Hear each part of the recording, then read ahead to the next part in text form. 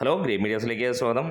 മമ്മൂട്ടിയുടെ ഡൊമിനിക് ഇറങ്ങാൻ വെറും 4 ദിവസം മാത്രം ബാക്കി നിൽക്കുകയാണ്. ഇതിനോടകം തന്നെ സിനിമയ്ക്ക് വലിയ രീതിയിലുള്ള ഹൈപ്പൊന്നും സൃഷ്ടിച്ചെടുക്കാൻ കഴിഞ്ഞിട്ടില്ല. വലിയ രീതിയിൽ ഉള്ള പ്രകമ്പനം സോഷ്യൽ മീഡിയയിൽ പോലും കാണുന്നില്ല. പക്ഷേ ഒരു കാര്യം, ഇപ്പോൾ ഈ മങ്ങി നിൽക്കുന്ന ഹൈപ്പിന് നമുക്കൊരു കാര്യം ഉറപ്പിക്കാം: സിനിമ നിങ്ങളെ ഞെട്ടിച്ചിരിക്കും. ഇത് വെറുതെ പറയുന്ന വാക്കുകളല്ല, ഇതിനകത്തിൽ സംഭവം ഇരിക്കുക എന്ന് തന്നെ നമുക്ക് പറയാം.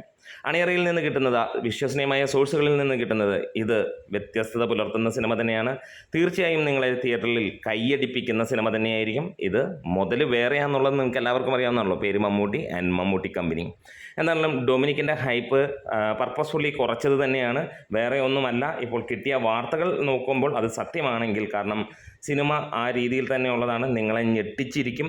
2025 ആദ്യ മമ്മൂട്ടി സൂപ്പർ മെഗാ ഹിറ്റ് തന്നെയായിരിക്കും സിനിമ എന്നുള്ളതാണ്. വളരെ ലോ കോസ്റ്റിൽ വരുന്ന ചെറിയ രീതിയിൽ ചെയ്തിരിക്കുന്ന സിനിമ, പക്ഷേ ഇത് നിങ്ങളെ ഞെട്ടിക്കും എന്നുള്ളത് ഏറെക്കുറെ ഉറപ്പിക്കാം എന്നുള്ളതാണ് ഇന്ന് വിശ്വസിക്കുന്ന സോഴ്സിൽ നിന്ന് നമുക്ക് ലഭിക്കുന്നത്.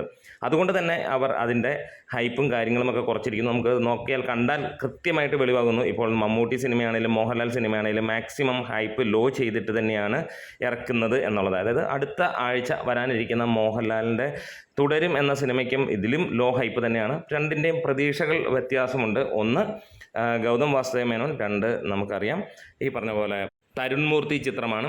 തരുൺമൂർത്തി ചിത്രത്തിന് തന്നെയാണ് കുറച്ചും കൂടെ നമുക്ക് ഒരു വിശ്വാസ്യത കൂടുതലെങ്കിൽ ഇവിടെ രണ്ട് സിനിമകളും ഞെട്ടിക്കുന്നതായിരിക്കുമെന്നുള്ളത് തന്നെയാണ് ഇപ്പോൾ ലഭ്യമാകുന്ന കണക്കുകൾ. എന്തായാലും അതിലേക്ക് ഞാൻ കടന്നു വരുന്നതിന് മുമ്പ് ഡൊമിനിക്കിൻ്റെ വിശേഷങ്ങളിലേക്ക് പോവുകയാണെങ്കിൽ, ഡൊമിനിക്കിലെ നായകൻ കളർ ബ്ലൈൻഡ്നെസ് ഉള്ള ആൾ തന്നെയാണ്. പോലീസ് ഓഫീസറായിരുന്നു.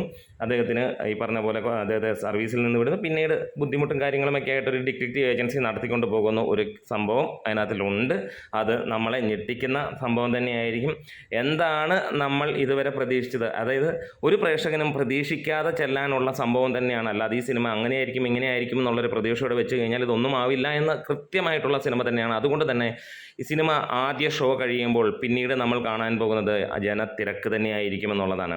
അതുമാത്രമല്ല, വളരെ കുറച്ച് തിയേറ്ററുകളിൽ മാത്രമാണ് സിനിമയുള്ളത്. 200-ൽ താഴെയുള്ള തിയേറ്ററുകളിൽ മാത്രമാണ് സിനിമയുള്ളത്. സിനിമ കത്തിക്കഴിഞ്ഞാൽ സ്ക്രീനുകൾ കൂടും എന്നുള്ളതിന് യാതൊരു സംശയവുമില്ല. എന്തായാലും ധൈര്യമായിട്ടിരിക്കാം. ആരാധകർ ഇതുവരെയുള്ള ആവേശക്കുറവ് നികത്തിക്കോളൂ.